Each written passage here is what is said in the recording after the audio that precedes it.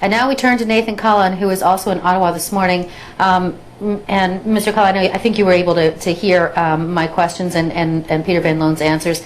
Why don't you tell me what happened from your side? Sure.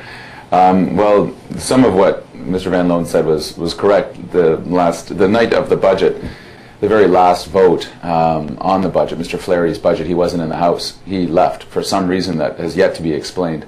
And the rules of the House are actually quite clear. If you're moving something, if you're promoting something, you actually have to be there for it. So a mistake was made. We pointed that out. We actually pointed out some remedy which would have fixed it.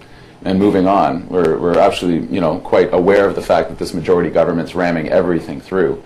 I can understand that the government might be embarrassed by the fact that their finance minister went AWOL on his own budget, but the remedy to correct it was quite obvious and easy, and we were open to that. The speaker actually ruled against me, and that happens. And you win some and you lose some, and we were fine and sitting in our seats, myself, Mr. Mulcair, Megan Leslie on the other side, talking about the ruling. And Mr. Van Loan, as the tape will show, because Peter is entitled to his opinion but not the facts, will show that he came across extremely upset. He didn't swear once. He swore a bunch and said, if you ever do that again, kind of thing. And totally inappropriate in any workplace, in any schoolyard, and certainly on the floor of the House of Commons. And Mr. Mulcair said, you don't get to threaten my House Leader, that being me, that way. And then everybody stood up and we just asked Mr. Van Loan to go back across the floor. So you heard Mr. Van Loan say he was concerned about, he said that he was concerned about his own safety, that he was concerned about his well-being.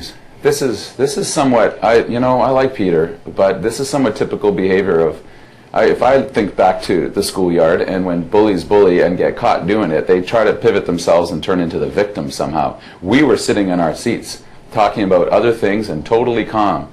Peter inserted himself coming across the floor in a very heated manner, pointing his finger under my nose and saying all sorts of things that I will not repeat on your program, which is absolutely wrong. In my 8 years in Parliament, I've talked to people who've been here a lot longer, never seen anything like it. And yeah, politics do get passionate, and that's fine. But their embarrassment or frustration over what's happened with their budget does not give them excuse for acting that way. And I think just a straight-up apology, we wouldn't be talking here this morning. We'll move on. Peter and I will meet this morning because we need to have a working relationship. That's what I owe to Canadians as the House Leader for the official opposition, to try to work with the government, even when they're not willing to work with us, because that's my job. So at that point... But to try to somehow, to sometimes spin this into the victim state and fear for safety and all this business, that's, boy oh boy, that's stretching truth past the breaking point. Let's get back to this. And then to go after a Speaker of the House of Commons very much frustrates me, and I think Mr. Van Loan should stop digging. It's just, he's put himself in a hole and he's gone and grabbed a bigger shovel, and that doesn't make any sense at all.